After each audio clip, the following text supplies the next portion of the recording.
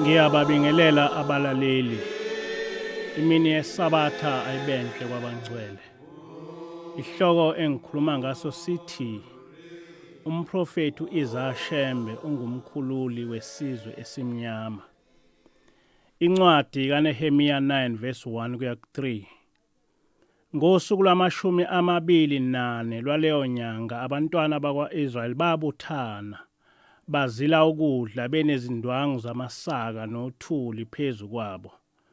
Inzalo ka-Israyeli yabe izahlukanisa nabezizwe bonke. Yayimi ivuma izono zayo nokona kwawoyise. Basukuma endaweni yabo bafunda encwadini yomthetho kaJehova uNkulunkulu wabo.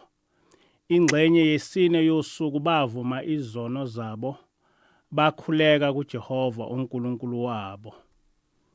Le ncwadi engiyifundile ikhuluma ngesizwe sakwaJuda esabe sithunjwe eBhabhiloni. UNehemiya wasuka eBhabhiloni evunyelwe inkosi yakhona ukuba ezovusa iJerusalema elabe libhilizwe ngamabutho akhona eBhabhiloni. Abantwana bakwa-Israyeli banikelwa nguJehova ezitheni zabo, ngoba sebephumile endleleni yakhe. Lapha-ke sibona uNehemiya eqoqa abantwana bakwa-Israyeli, behlangana bembatha izingubo zamasaka, bevuma izono zabo nezokhokho babo kuJehova. Ukunqotshwa kwesizwe kwakwenzeka nasezizweni zakithi lapha eSouth Africa. Isimo esaba nzima kakhulu kumhla amabhunu ehlula amaZulu eNcome ngoDisemba 16, 1838. Ngaphambi kokuba kube nalempi, amabhunu enza isivumelwano noNkulunkulu ngomthandazo sokuthi uma ewanqobele amaZulu ayokwenza isikhumbuzo esiyobe kungesokubonga ekunqobeni. Lesi sikhumbuzo siyohlala sikhona ezizukulwaneni zamabhunu. Ngaphambi kwempi amabhunu athandaza athi, "Simi phambi kwakho Nkosi yezulu nomhlaba. Sizokwenza isifungo sokuba uma ungasivikela unikele izitha zethu esandleni sethu, siyokwenza lolu suku lube usuku lokubonga, lube ngolwakho, lube njengeSabatha. Siyobe sesikwakhela indlu, siyobe sesitshela nabantwana bethu kuba balugcine lolu suku, bona kanye nezizukulwane ezizayo. Ngokuba siyokubonga sidumise igama lakho ngokusinqobela izitha zethu." Nempela amabhunu alwa nathi asinqoba, abese banesikhumbuzo somhla ka-16 Disemba ayesibiza ngokuthi iDingens Day, okwabe kulusuku lokubonga kuJehova ngokunqotshwa kwethu. Lolu suku alubanga olwamabhunu wodwa, kepha lwagcina seluyiholidi lethu sonke. Okwaba isimanga ukuthi ngalolu suku amabhunu ehlangene enza izinkonzo ebonga kuNkulunkulu ngokuthi asinqoba.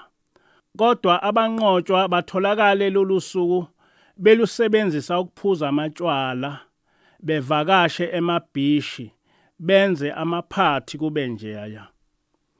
uShembe yamangalisa lento, wathi, "Kwenzeka kanjani ukuthi umuntu afike acele uNkulunkulu ukuthi akunqobe, kuthi uma esekunqobile edumisa uNkulunkulu ngokunqoba, wena utholakale ngalolu suku uzithokozisa?" Lolu suku lukaDisemba 16 uShembe waliguqula walenza usuku lwesililo sabantu abamnyama. Wahlanganisa amaNazaretha wayohlala nawo ehlane, wawambathisa amasaka, azihuqa ngomlotha. Wenza inkonzo yesililo lapho ayilila khona encenga kuJehova ukuba angawemukeli umthandazo wamabhunu ukuba ahlale esicindezele. uShembe waqamba isihlabelelo esiqondene nalolu suku, lesi sihlabelelo 12 esithi, "UJehova usishiyile singabadingi nabasweli. Haleluya, silileleni ninamabandla sezulwini. Asinanto esandleni, siza impela Nkosi yoxolo. Haleluya, silileleni ninamabandla sezulwini. Asinababa, asinamame, asinamfowethu wokusembesa. Haleluya, silileleni nina mabandla sezulwini. Hawu Jehova, usishile impela ebuntandaneni obungaka. Haleluya, silileleni nina mabandla sezulwini. Siyaludinga ucezwana lwesinkwa lokuphumuza imphefumulo yethu. Haleluya, silileleni nina mabandla sezulwini. Usihlanzile ngani impela, usikhumbule Nkosi yethu. Haleluya, silileleni nina mabandla asezulwini. Lesi sihlabelelo amaNazaretha ayihlabelela usuku lonke ehleze entabeni embetha amasaka, ezihuqe ngomlotha emzimbeni ezileni ukudla. uShembe waba nomthandazo omude lapho owabe esivumela izono zokhokho bethu kanye namakhosi ethu. Kwathi emva kweminyakana ewenza lo mthandazo ukuzila wabe sethi kumaNazaretha, "Bata bami, uJehova usekuzwile ukukhala kwethu. Uthi uJehova uzolikhulula lelizwe, kodwa uzoqala akhulule amazwe asenhla neAfrika." Omnye umthandazo kaShembe owabe ewubhekise esizweni ilowo otholakala kwihlabelelo 181. Lapha uShembe simuzwa ehlabelela ethi, "Phakama kuphakama ngegama leNkosi. Zivuse zonke izizwe zakithi, zisebuthongweni. Ngegama leNkosi zivukele kuwe kuphakama. Sinosizi ngesizwe sakithi. Sihawukele Nkosi sizintandane. Asinamkhululi ngaphandle kwakho, ongasikhulula ekuboshweni. Usitele ngani Nkosi kangaka? Buyela kithi usithethelele. Obaba bethu bona abasekho, sithweleke thina izono zabo. Shaya Nkosi uphozise, wena sonile, siyavuma ebusweni bakho." Njengehlabelelo 12, lesi hlabelelo sikaShembe sihlabelelo sesililo kuJehova. uShembe lilela isizwe. uShembe wasifundisa ukuthi uma ubika usizi lwakho kuJehova, uboqale uvume izono zakho. Lokhu sikuzwa kahle emthandazweni wakhe wangeDingens Day. uShembe kuma-1920s wabhala umthandazo weSabatha. Lo mthandazo ujule kakhulu. Noma amaNazaretha ehlale ewuhlabelela, kodwa iningi lawo aliwazi ukuthi uthini, futhi aliwazi nomsuka wawo. Uma uShembe esethula lesi sihlabelelo somthandazo weSabatha uthi, "Sihlabelelo senkumbuzo yezizukulwana, senkumbuzo yokuzila inkumbuzo kaNkulunkulu." Mhla echaza lesi sihlabelelo umprofeti uthi, "uJehova batabami wenze isivumelwano nami sokuthi uzosikhulula ebugqilini bezitha zethu. Uthi uJehova batabami asovela phambi kwakhe njalo kathathu ngosuku lweSabatha, sizomdumisa, sivuselele isivumelwano osenzile nathi ukuthi uyosikhulula." Kuvesi 3 wehlabelelo 59 uShembe uthi, "Zikhumbule Nkosi izivumelwano ozenzile wena wedwa ngalowo musa wakho." Yikho-ke batabami ngithi lesi sihlabelelo siyihlabelelo senkumbuzo yezizukulwana, siyinkumbuzo yokuzila, inkumbuzo kaNkulunkulu. Sekothi uma uJehova esesikhulule, soqhubeka ngokuhlabelela sibonga ukuthi uJehova wayilalela imithandazo yethu. Njengoba amabhunu wona ehlangana kanye ngonyaka ebonga ukuthi asinqoba ngalolu suku, thina-ke kusuka manje sizovela njalo kathathu ngeSabatha kuJehova, simkhumbuza ngencindezelo esiphila ngaphansi kwayo. Sothi uma sesihlabelela bese uJehova uyakhumbula ukuthi wenza isivumelwano nathi sokuthi kumele asikhulule.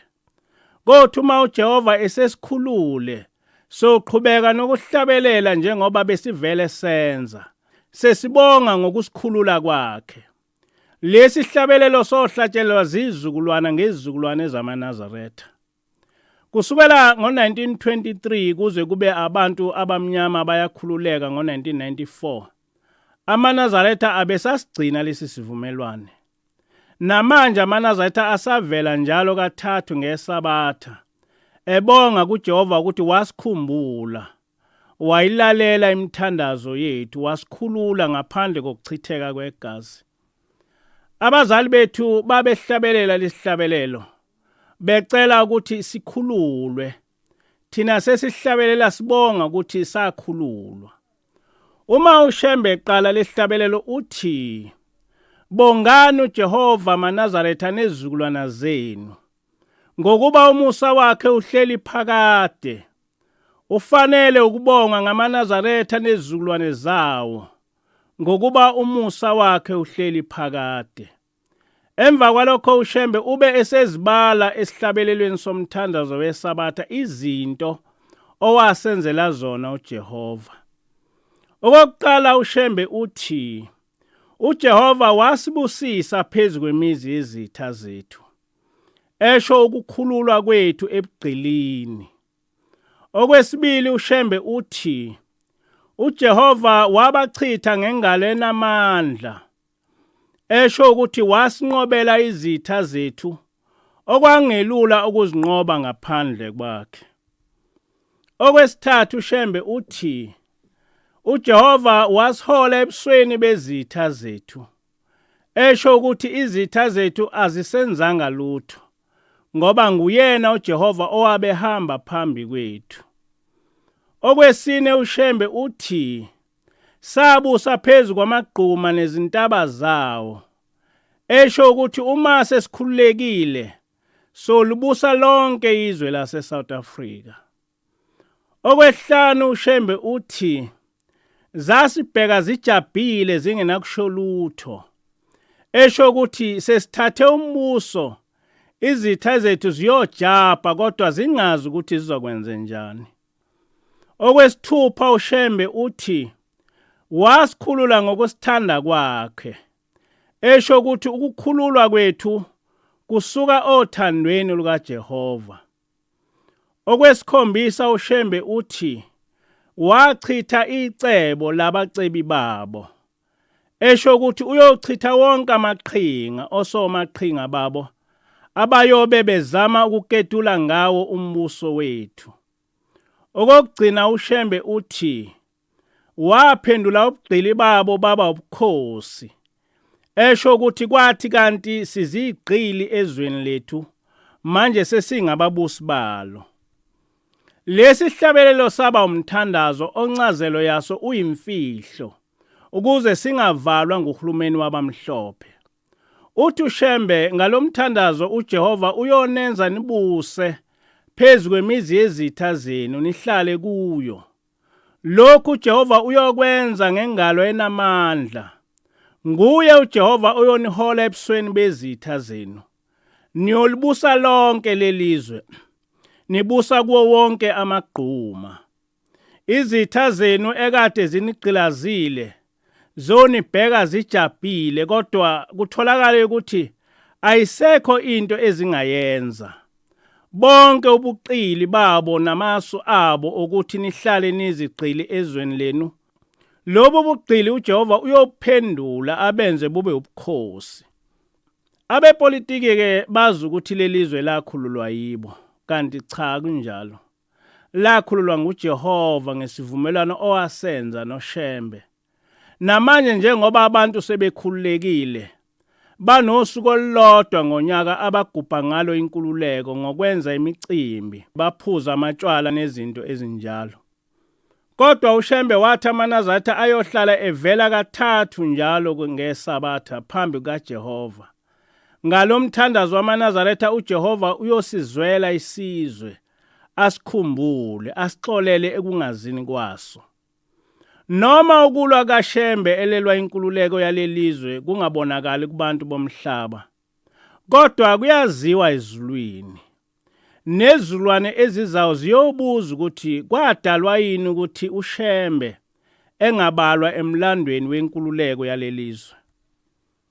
Kuhlabelelo 120 uShembe uthi, South Africa vuka, zokhele izibani zakho, zisondele zonke izizwe, ziwothe umlilo wakho. South Africa vuka, ulibase iziko lakho. uJehova uThixo wakho akunike elakho iziko.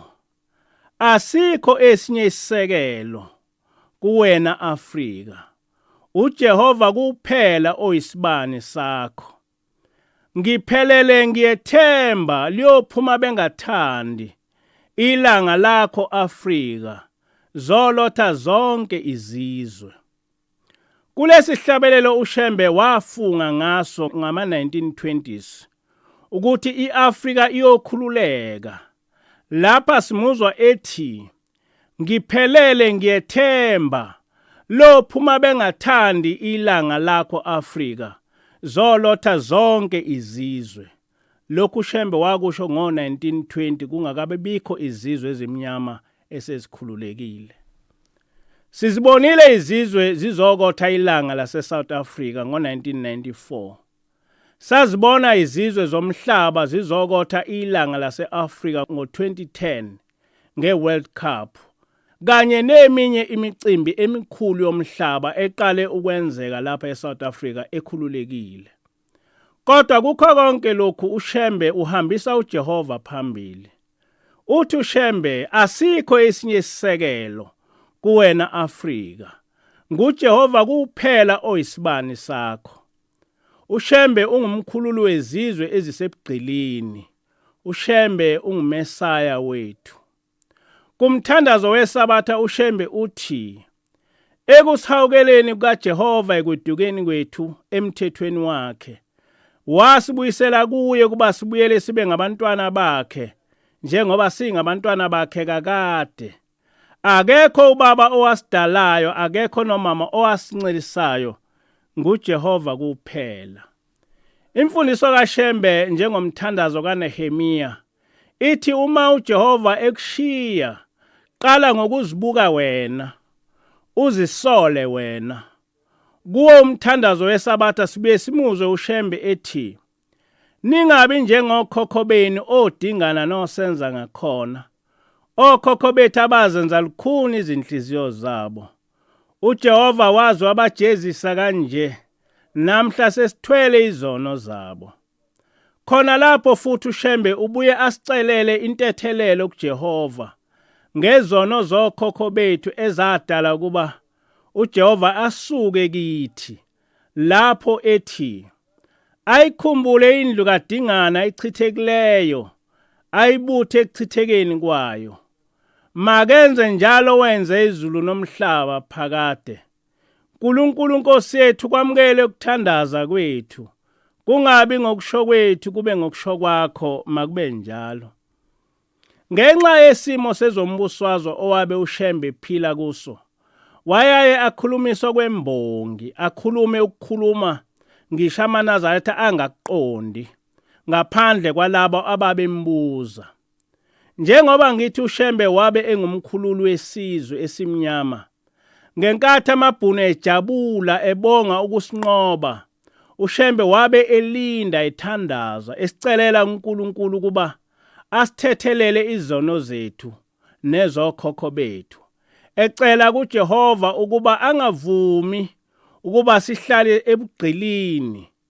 Sizwa uShembe ethi, siyavuma izono zobaba bethu nenkosi yethu yakudala uDingane. Ungajabuli inkosi ngokuchitheka kwethu, thina siyizizukulwane zabo, ngenxa yezono zethu. Isizwana esincane kangaka amabhunu asibulala, asigcwalisa umfula omkhulu income. Ibhunu lilinye labulala 50. Saphuphutheka thina nobaba bethu. Umfula awuphuzwanga izinsuku eziningi ngenxa yegazi lobaba bethu. Zaze zabola. Amanqe izinyoni zomkhathi zadla izidumbu zobaba bethu, baswela umngcwabi.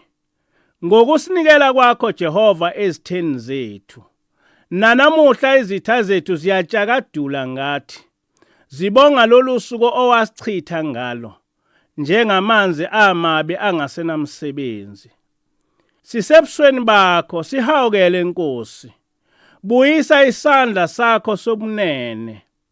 Nanamuhla amabhuno acebile ngezwe lethu. Izingalo zabafazi bethu esicamela kuzo ebusuku kuze kuse zigcwele izinyembezi zokudabuka kwezinhliziyo zabo. Sihawukele Nkosi ngomsa wakho omkhulu. Amadodakazi ethu ayizigcila phansi kwamabhuno. Izintombi zamabhuno zichithela ezindlini. Amadodakazi ethu aba ngabaphiphi balawo manyala onke. Sinosizi ngokusichitha kwakho Nkulunkulu ezinyaweni zezitha zethu. Siyavuma Nkosi izono zethu nezamakhosi ethu omkhathi, ompande, nezinduna zethu. Abazenza ebusweni bakho, babulala abantu bengabangcwabi, bebayeka badliwe izinyoni zomkhathi, waze wabanikela ezitheni zabo Nkosi. Siyavuma izono zeNkosi umpande ekumemeni kwakhe izizwe zibulale udingane. Shaya Nkosi uphozise, ngokuba silusapho lwakho. Buyela kithi nathi sibuyele kuwe manje. Angiuqedanga lo mthandazo kodwa ngibonisa labo abangazi ngomprofeti Isaiah Shembe ukuthi lo kwakungumprofeti kaJehova ongenakulinganiswa namuntu, owabe khathalele sonke isintu, engummeli wezizwe kuJehova. Akukwazi-ke ukuthi umuntu owabe engazange wasibona isikole, kodwa owasebenzela kangaka isizwe, bese kuvela kuphela njengaye. Sengathi le misebenzi yomprofeti engaka ingenyamalale, ingahlale iqanyiswa kulesi sizwe owasebenzela kangaka. Inkosi busise lokho enikuzwile.